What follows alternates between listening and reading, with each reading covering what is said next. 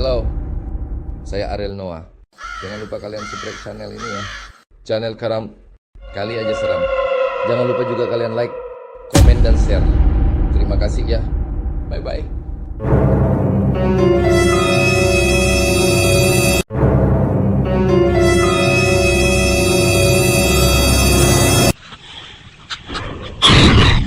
Kali Aja Seram.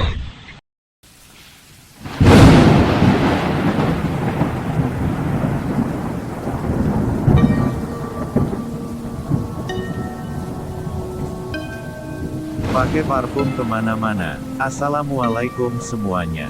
Saya, Mr. Randi. Senang kembali jumpai kalian semua yang lagi jomblo akut, pengangguran unlimited, dan ibu-ibu, bapak yang nyantai di rumah masing-masing. Semoga kita semua diberi rizki yang berlimpah, sehat jasmani dan rohani. Amin kandong, malah bengong lo. Di episode kali ini, saya akan membawakan 3 cerita paling horor yang pernah ada. Siapkan cemilan, matikan lampu, pejamkan mata, agar kalian rasakan sensasi horornya. Jangan lupa subrek, like, dan komen. Cekidot.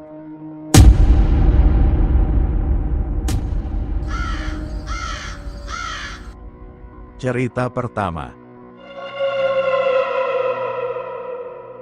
Selamat datang kembali di Karam Kali Aja Seram, tempat di mana kita berbagi cerita-cerita yang bikin merinding, gemetaran, dan susah tidur. Mr. Randi di sini, siap menemani kalian dengan cerita horor yang nggak biasa. Malam ini, kita akan membahas tentang sebuah bioskop tua yang, katanya, masih suka memutar film, meski penontonnya nggak pernah keluar lagi. Jadi, buat kalian yang suka nonton di tempat-tempat aneh, siap-siap, karena cerita ini bakal bikin kalian mikir 2 kali sebelum masuk ke bioskop yang udah ditinggalin. Ini dia, bioskop tua. Jangan lupa subrek, like, dan komen ya. Cekidot, cerita pertama, bioskop tua. Di sudut kota kecil, ada sebuah bioskop tua bernama Bioskop Kenanga. Sudah puluhan tahun bioskop itu ditinggalkan dan dibiarkan terbengkalai. Namun, konon katanya, setiap malam Jumat Kliwon itu menayangkan film hanya untuk mereka yang berani datang. Roni, seorang pembuat film indie yang sedang mencari lokasi syuting, mendengar cerita tentang Bioskop Kenanga. Bersama 2 temannya, Santi dan Andi, ia memutuskan untuk menyelidiki. Mereka tiba di sana saat senja, saat langit mulai berubah warna kejinggaan kelam. Bangunan bioskop yang megah di masanya kini terlihat suram dan penuh lumut, dengan pintu kayu yang sudah hampir copot. Mereka masuk ke dalam, bau lembab segera menyambut mereka. Lantainya berderit di setiap langkah, dan debu yang tebal menutupi kursi-kursi yang pernah megah. Roni mengeluarkan kameranya, merekam segala sudut ruangan yang terasa seperti menyimpan rahasia gelap. Tanpa diduga, lampu-lampu bioskop tiba-tiba menyala. Layarnya yang selama ini kosong mulai menampilkan gambar sebuah film hitam putih. Awalnya mereka terkejut, tapi rasa penasaran mengalahkan rasa takut. Mereka duduk di bangku paling belakang dan mulai menonton. Film itu menampilkan seorang wanita berambut panjang, mengenakan gaun putih kusam, berjalan di sebuah lorong sempit. Suasananya terasa ganjil, karena wajah wanita itu tak pernah terlihat jelas. Tiba-tiba, suara dari film itu terdengar seperti bisikan, memanggil nama Santi, Santi, Santi. Bisikan itu semakin lama semakin keras, seperti berasal dari sekitar mereka, bukan dari layar. Santi memandang Roni dan Andi, yang terlihat bingung dan ketakutan. "Kamu dengar?" tanya Santi dengan suara gemetar. Sebelum ada yang sempat menjawab, wanita di layar berbalik, dan wajahnya terlihat hancur, penuh luka seperti terbakar. Dia menatap langsung ke arah kamera, lalu mulai berjalan mendekati layar, seolah hendak keluar dari dalam film. Saat wanita itu semakin mendekat, lampu bioskop tiba-tiba padam, meninggalkan mereka dalam kegelapan total. Terdengar suara langkah kaki berat yang bergema di ruangan. Mereka tahu, itu bukan dari film. Dengan panik, mereka berdiri dan mencoba mencari jalan keluar. Tapi pintu masuk yang tadi mereka lewati kini terkunci rapat. Di tengah hiruk-pikuk, suara bisikan itu kembali terdengar, kali ini memanggil nama Roni. "Roni, datanglah." Bisikan itu berasal dari panggung di depan layar. Cahaya kecil samar-samar muncul, memperlihatkan sesosok bayangan berdiri di sana. Ketika mereka mendekati panggung, mereka menyadari bahwa sosok itu adalah wanita yang tadi muncul dalam film. Dia menatap mereka dengan senyum dingin yang menyayat hati. "Pertunjukan belum berakhir," katanya pelan, dan saat itulah tirai besar bioskop perlahan tertutup, menutup mereka di dalam kegelapan abadi. Tidak ada yang pernah melihat Roni, Santi, dan Andi lagi setelah malam itu. Bioskop kenanga kembali sepi, tapi desas-desus tentang pertunjukan terakhir yang diadakan di sana terus terdengar, memperingatkan siapapun yang berani masuk, jangan pernah datang pada malam Jumat Kliwon, karena bioskop itu masih menayangkan filmnya untuk penonton yang tak akan pernah pulang. Nah, itu tadi cerita tentang bioskop kenanga. Bioskop yang kayaknya terlalu cinta sama film sampai penontonnya nggak dibolehin pulang. Gimana? Udah cukup bikin bulu kuduk berdiri belum? Kalau aku sih, ya udah pasti keluar dari bioskop sebelum pintu dikunci. Jangan lupa, di Karam Kali Aja Seram, kita nggak cuma cerita horor, tapi juga kasih kalian pelajaran hidup yang penting. Kalau lampu tiba-tiba nyala sendiri di gedung tua, bro, kabur aja, nggak usah pakai mikir. Sampai ketemu di cerita horor berikutnya. Ingat, kalau kalian punya cerita seram yang mau dibagikan, kirim aja ke WA Mr. Randi 082283998955. Siapa tahu, cerita kalian jadi episode selanjutnya. Jangan tidur dulu, setelah ini masih ada cerita yang lebih horor. Stay terus di Karam Kali Aja Seram.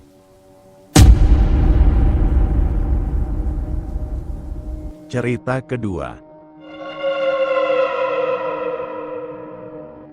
Mudik horor.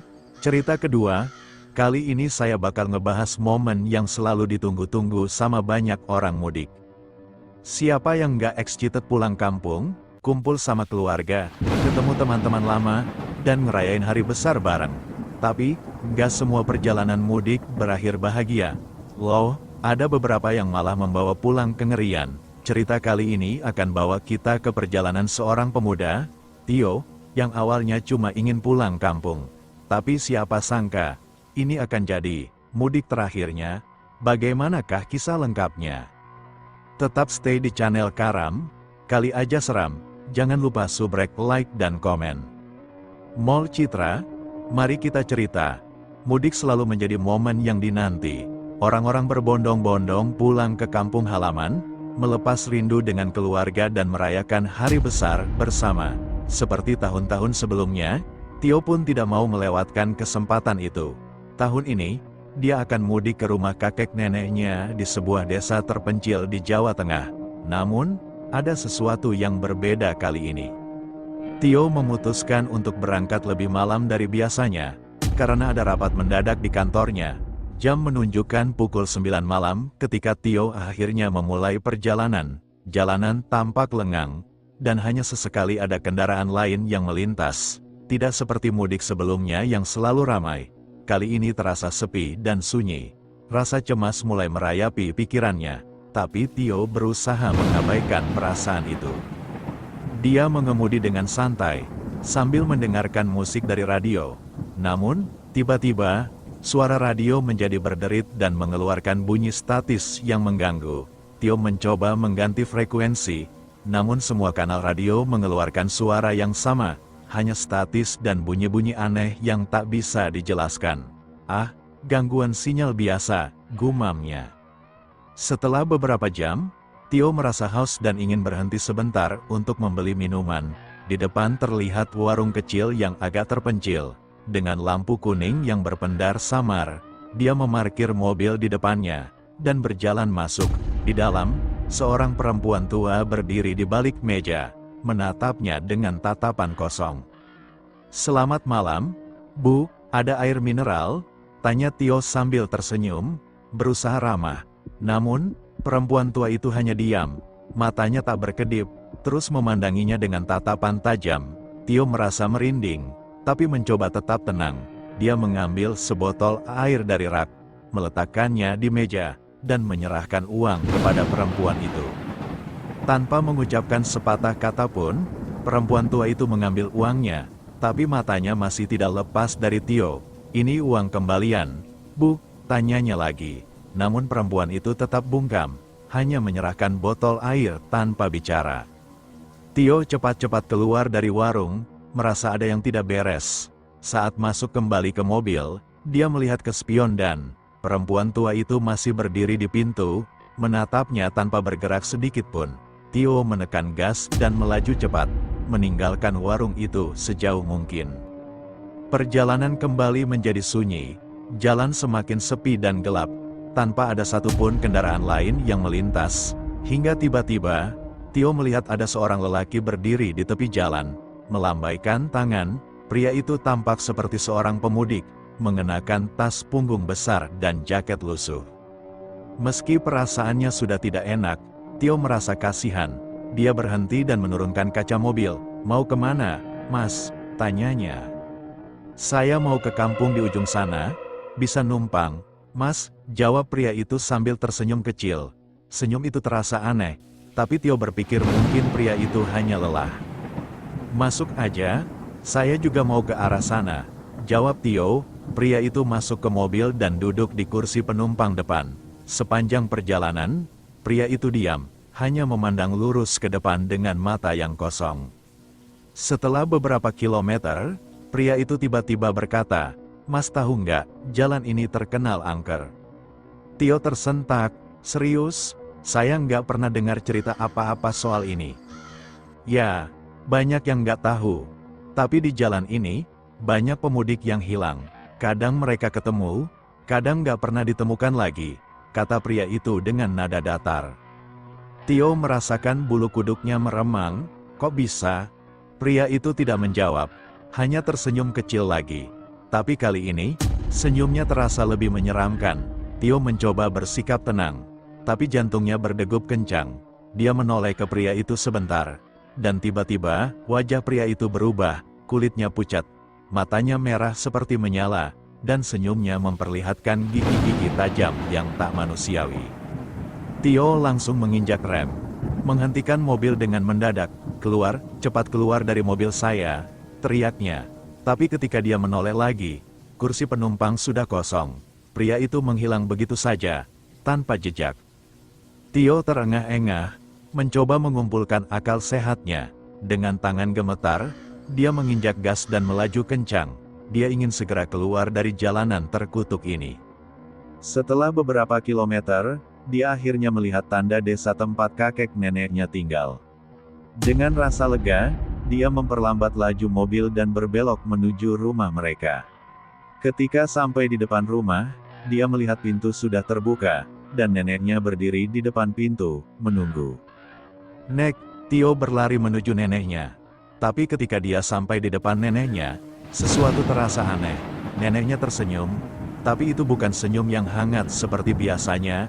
Matanya terlihat kosong, dan wajahnya perlahan mulai berubah. Kulit neneknya mulai mengelupas, memperlihatkan wajah yang pucat dan hampa, sama seperti yang menumpang tadi. Tio menjerit dan berlari ke mobilnya, tapi mobilnya tiba-tiba tak bisa dihidupkan.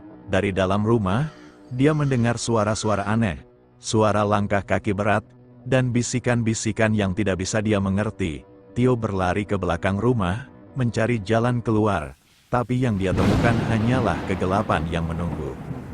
Tio tak pernah kembali ke kota. Di kampung, orang-orang sering menceritakan tentang seorang pemuda yang hilang saat mudik, dan sejak itu, setiap malam di jalan desa, ada sosok yang sering terlihat melambaikan tangan, mencari tumpangan terakhir. Dan itulah kisah Tio, yang perjalanannya pulang kampung berubah menjadi petualangan horor tanpa akhir.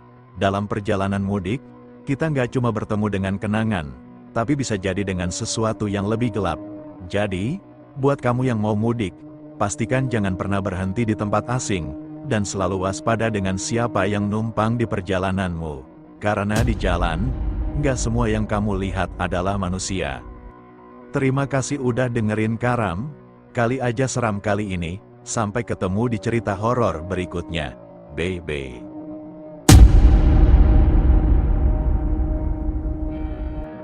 Cerita ketiga. Suara angin berhembus kencang, dedaunan bergesekan, di kejauhan, terdengar suara burung hantu memecah keheningan malam. Selamat datang kembali di Karam, Kali Aja Seram, podcast horor di mana kengerian dan kelucuan berpadu jadi satu. Gue Mr. Randy, dan malam ini kita akan mengangkat cerita yang mungkin sering kalian dengar di desa-desa atau kota-kota kecil. Kisah tentang pohon yang katanya menyimpan rahasia. Gede, rindang, terlihat damai di siang hari, tapi menyeramkan di malam hari. Yuk, kita simak kisah pohon beringin. Siapkan hati kalian, pasang hands-free, matikan lampu, tutup jendela, agar kalian bisa merasakan sensasi horornya. Dan jangan lupa, subrek, like, komen, terima kasih. Pohon beringin. Di sebuah desa kecil di Jawa Barat, berdirilah sebuah pohon beringin tua yang sangat besar di tengah-tengah alun-alun desa. Pohon ini sudah ada sejak zaman nenek moyang penduduk desa. Konon katanya, pohon beringin itu menjadi rumah bagi makhluk gaib. Orang-orang desa menyebutnya penunggu beringin. Tokoh utama, Adi, 20-an, seorang pemuda desa yang tidak percaya tahayul. Pak Joko, 40-an, tetangga Adi, penjaga sekolah desa yang sangat percaya pada hal-hal mistis. Rina, teman Adi, teman masa kecil Adi yang suka tantangan dan penasaran dengan hal mistis. Cerita dimulai ketika Adi dan teman-temannya sedang berkumpul di warung kopi dekat alun-alun desa. Saat mereka ngobrol, topik tentang pohon beringin muncul. Pak Joko yang kebetulan berada di warung itu langsung ikut nimbrung. Pohon beringin itu bukan sembarang pohon, kata Pak Joko serius. Udah banyak kejadian aneh yang nggak bisa dijelasin logika. Adi, yang sejak kecil tidak pernah percaya pada hal-hal mistis, hanya tertawa kecil. Ah, masa sih, Pak, itu cuma pohon. Kok, kalau ada angin kenceng ya pasti bunyi, jadi nggak usah dibesar-besarin. Rina, yang duduk di samping Adi, malah semakin penasaran. Kalau memang benar ada penunggunya, kenapa nggak kita buktiin aja? Bagian 2, awal kejadian karena terpengaruh rasa penasaran Rina. Malam itu mereka memutuskan untuk mendatangi pohon beringin. Adi, Rina, dan 2 teman mereka, Budi dan Dedi, pergi ke alun-alun ketika jam sudah menunjukkan pukul 11 malam. Sambil membawa senter dan obrolan canda untuk meredakan suasana, mereka mendekati pohon beringin. Pada awalnya, tidak ada yang aneh, pohon itu hanya berdiri kokoh, dengan akar-akarnya menjalar kuat ke tanah. Mereka mengelilinginya, memandang cabang-cabang besar yang menjulang tinggi. Namun, ketika Dedi menyorotkan senternya ke atas, mereka semua terdiam. Di salah satu cabang tertinggi, ada sesuatu yang tergantung, sesuatu seperti kain putih. Itu apa? Tanya Dedi sambil menyorot lebih jelas. Rina, yang awalnya penasaran, mulai merasa ada yang tidak beres. Kayaknya cuma kain tersangkut deh, jawab Adi sambil berusaha menenangkan yang lain, meski dalam hati mulai sedikit merinding. Tanpa disangka, kain putih itu bergerak, seolah tertiup angin. Padahal saat itu tidak ada angin. Mereka semua terpaku melihat kain itu berubah menjadi sosok bayangan yang perlahan turun, mendekati mereka. Teror Rina yang paling berani langsung mencoba mendekat, tapi tiba-tiba sosok itu melesat cepat ke arah mereka. Seketika, mereka lari terbirit-birit. Namun, bukan itu saja masalahnya, semakin mereka lari menjauh dari pohon, semakin jauh pula jalan yang mereka tempuh, seperti tersesat dalam lingkaran yang tidak pernah berakhir. Padahal mereka hanya mengitari alun-alun kecil. Pak Joko yang kebetulan lewat melihat mereka lari ke arah yang salah. Dengan cepat, dia menyuruh mereka berhenti dan duduk di tanah. Jangan lari, kalau lari, malah dikejar terus, katanya dengan nada serius. Dengan napas yang masih tersengal-sengal, Adi, Rina, Dedi, dan Budi akhirnya berhenti. Mereka mengikuti saran Pak Joko, duduk diam sambil menunduk. Perlahan, suara-suara aneh mulai hilang, dan sosok di pohon beringin itu kembali ke cabangnya, seolah menghilang ke dalam kegelapan. Pengungkapan keesokan harinya, Adi menemui Pak Joko di rumahnya untuk menanyakan lebih lanjut tentang apa yang sebenarnya terjadi.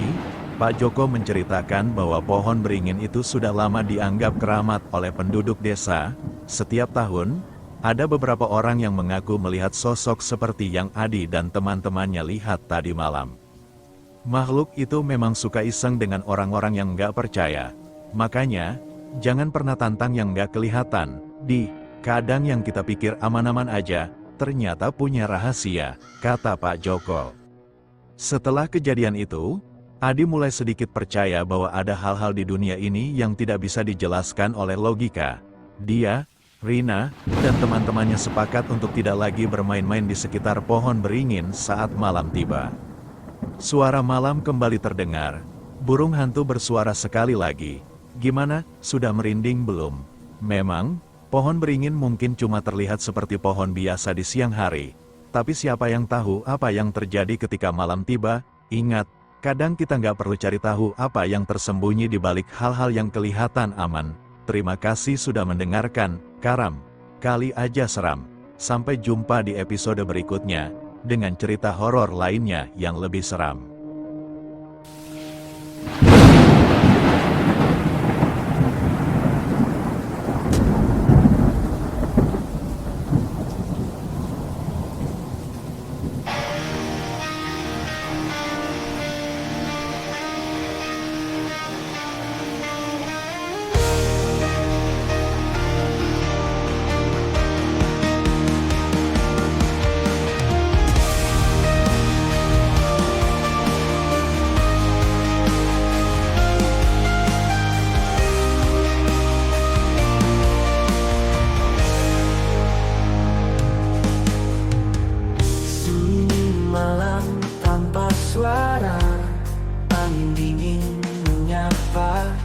Dari balik jendela kusam, bayangan hitam melintas.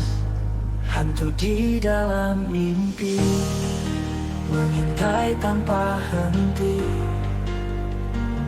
Malam ini aku tak sendiri, ada dia bayangan sepi. Ketika bulan sembunyi dalam gelap, ku tak bisa lari. Langkah berat menghantui di lorong sunyi yang tak bertepi.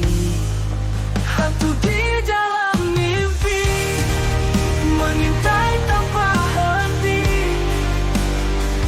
Malam ini aku tak sendiri, ada dia bayangan sepi.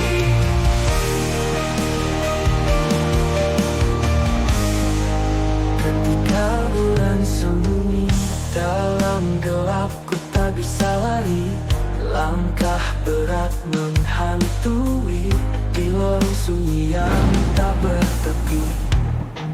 Hantu di